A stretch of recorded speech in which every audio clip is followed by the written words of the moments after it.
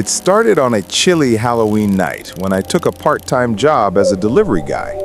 The app looked normal, bright logo, 5 stars, but the orders came in only after midnight. The first one was simple: deliver to 1313 Hollow Street. I didn't even realize that street didn't exist on any map. As I rode my bike through the fog, I noticed how silent the town had become. No cars, no people, just the sound of my wheels crunching fallen leaves. The address led me to a half-collapsed house with a single light flickering inside. I rang the bell, trying not to imagine who or what would answer.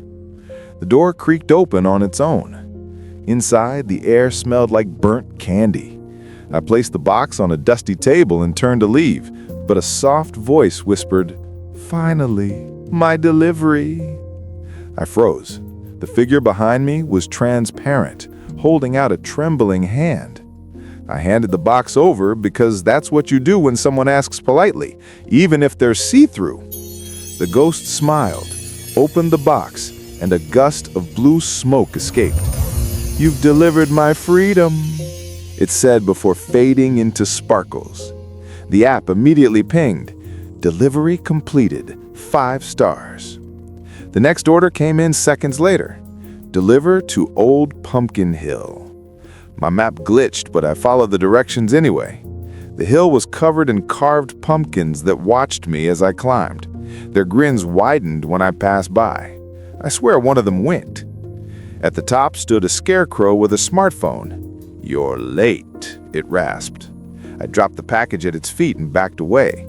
It opened the box. Inside was a tiny glowing heart. The scarecrow laughed, a sound like dry leaves scraping metal, and then burst into fire. My app buzzed again, 5 stars. By the third delivery, I wasn't scared anymore, just confused. "Delivered to the mirror inside your house," the message said. I almost threw my phone away, but curiosity won. I went home, stared into my bathroom mirror, and saw myself holding a box I hadn't yet received. Then the doorbell rang. No one was outside, only a box on the porch. I brought it in, stood in front of the mirror, and lifted it. My reflection smiled before I did and whispered, "Thank you." When I opened the box, it was empty. The reflection nodded once, then walked away, without me. I stopped taking deliveries after that, but the next night, the app reappeared on my phone, even though I'd uninstalled it. The screen flickered with a new message. "Bonus route unlocked. Deliver to the graveyard." Against all logic, I accepted. Maybe I wanted answers. The graveyard was lit by dozens of floating lanterns. I could hear whispers under the ground, like old friends gossiping. I followed the GPS until it led me to a cracked tombstone with my name carved into it. The box in my hand suddenly felt heavy. A hand burst from the soil, pale and shaking. It wasn't trying to scare me. It was reaching for the box. I knelt down and placed it gently into the hand. The ground rumbled, and from below came a sigh of relief. "Thanks for finishing my shift," it said before vanishing into the earth. The tombstone crumbled, revealing another package inside. My phone buzzed. "Final delivery. Return it to yourself." My chest tightened. I opened the box, and inside was my own delivery uniform, burnt and torn. The air grew colder as something moved behind me.